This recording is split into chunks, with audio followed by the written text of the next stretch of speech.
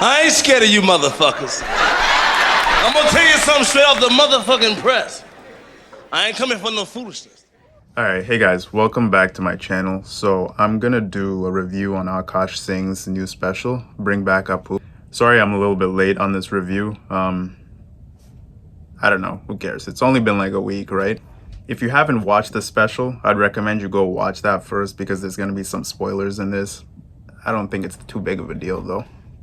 He released this special on YouTube, right, which I think is actually the best platform to release comedy specials personally. Because on YouTube, you can kind of get away with saying more, and also they're not going to write a bunch of articles and all that crap. Any special that goes on Netflix, you have all the comedy critics that are going to have a thing or two to say. So I'm glad that he released it on YouTube, you know. So the first bit that he went into was about white privilege, and I like the way he handled it because I've always kind of thought the same thing ever since Trump got elected, right? But I didn't know how to word it, right? But so I just kept my mouth shut. But I like the way he did it. Yeah, dude. Let a white guy express himself. Because if you don't, they bottle up all their feelings. And then they fester and get real dark.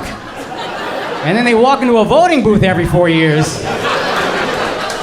And the rest of us are like, how the fuck did this happen? That's how! You didn't let them say anything. Then one guy showed up and said everything. And they were like, that's my guy! Now, obviously, some people have more privilege than others. We all know that, right? But if somebody lives in a trailer park, right? Or they're working some type of blue-collar job, like they work in a kitchen or a warehouse, or you're like a plumber or something like that, you don't really want to hear about that shit, you know? Yeah, people are struggling. Everybody's struggling. Truly, everybody's struggling in this country.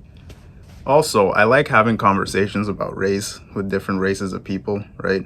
White people, Asian people, Latinos, things like that. But those conversations are only productive if people are honest, right? If you're afraid to say something that'll come off as racist, the conversation's never going to get anywhere. If you're afraid, you have to be honest with each other, and I think that's true. He also had a bit about how some people are trying to piggyback on the whole idea of oppression, you know, like the whole victim mentality is really popular right now. All minorities, I understand black Americans have been taken advantage of, mistreated for centuries, I get that. But when I see people who look like me talking about white privilege, where were your parents? They didn't teach you about your American privilege?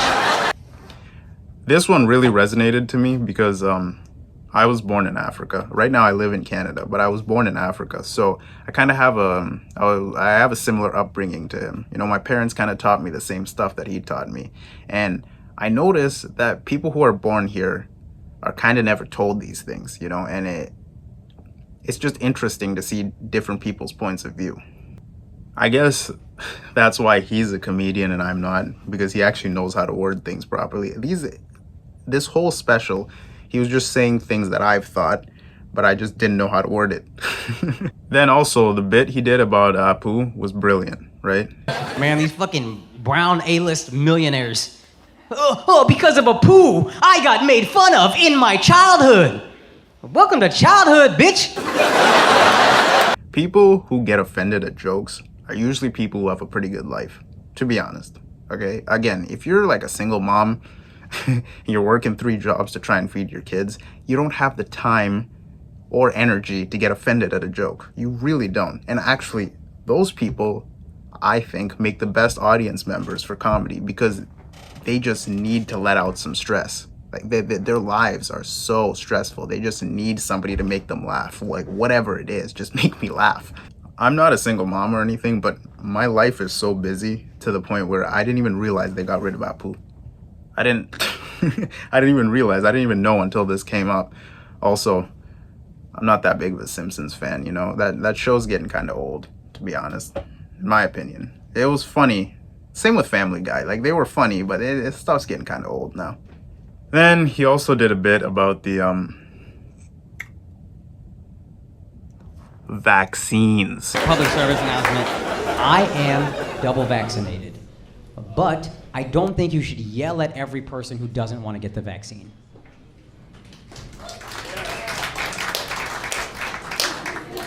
There they are, get them. Whole black people got nervous. Which I think most people agree with at this point, right? I mean, besides politicians or like celebrities or whatever, most people are done with COVID. We're done. It's been 2 years. We don't care anymore. Get your vaccine. Don't get your vaccine. We're done. We're done talking about it. It's over. All right. I mean, realistically, 2 years is a lot of time to expect people to care about, right? I mean, obviously the journalists care about it because they're making money talking about COVID. Politicians care about it because that's their job to care about bullshit. But the average person, I mean, we're done with this. We're done. Honestly, we're truly done. You can see all the truckers and everything. Like, we're done. But then he goes on to do a bit about the people he thinks should get vaxxed, right? Nah, I'm being serious, dude. I don't think you should yell at a person just because they don't want to get the vaccine. Unless they're fat. Now I got a problem with you. This is a take that I actually never thought of, right? Overweight people, they don't care about their health. They put whatever they want in their bodies. And then now all of a sudden they care about their health, right? And then he proceeds to make some of the best fat jokes I've ever heard in my life. Because usually fat jokes are they tend to be corny, you know, very lowbrow humor.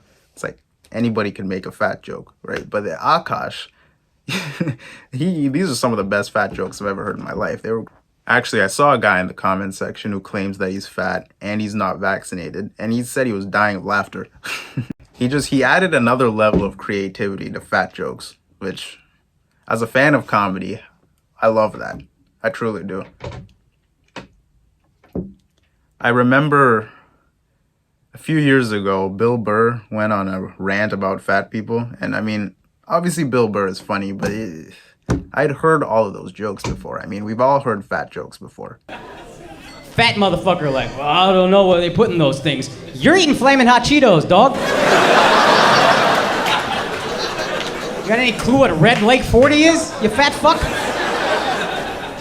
Let that laugh out, dog. Go ahead, bro. It's nice to see white dudes happy.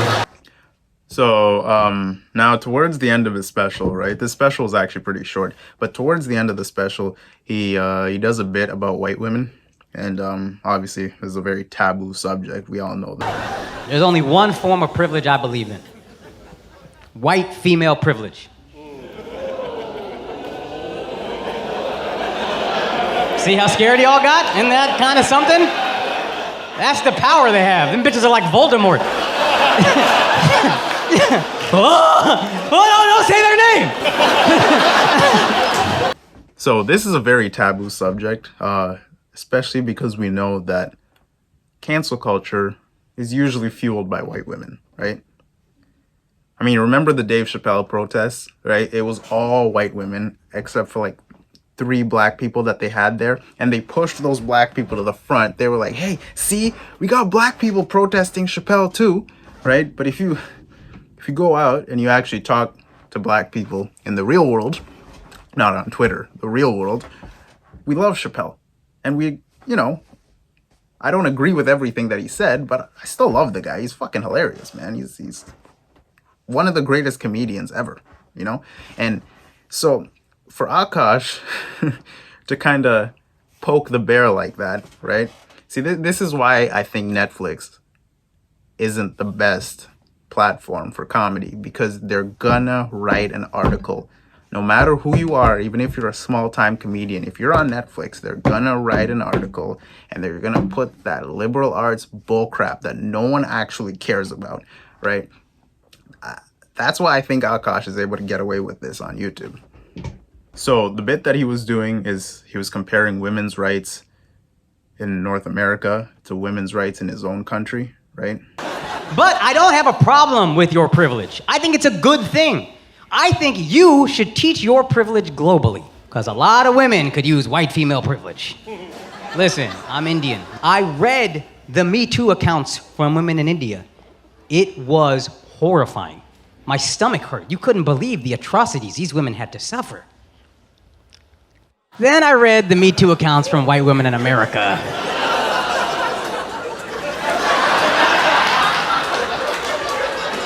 I'm not saying white women didn't have to suffer. I know there were some terrible stories, but there was a lot of you like, oh, you have no idea how hard it is for us. I cannot even walk down the street without men saying hi. Okay. That's so funny. That's what you think street harassment looks like. Oh my goodness. Do you know what street harassment looks like in India?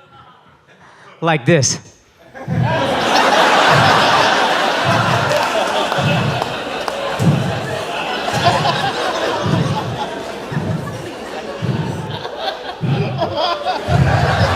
Again, this is so relatable because it's not just like that in India. In some parts of Africa, I mean, guys do that stuff. They'll stare at you like weirdos, man. It's...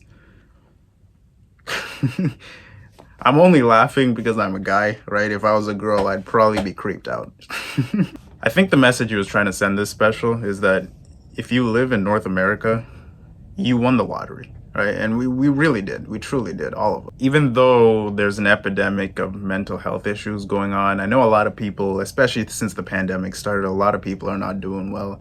The truth is, people in other countries also have mental health issues, and they have even less resources to help them out, right? So, on top of that, they have actual issues like, you know, running water and stuff like that. So it's, what it really comes down to is, gratitude is the best attitude.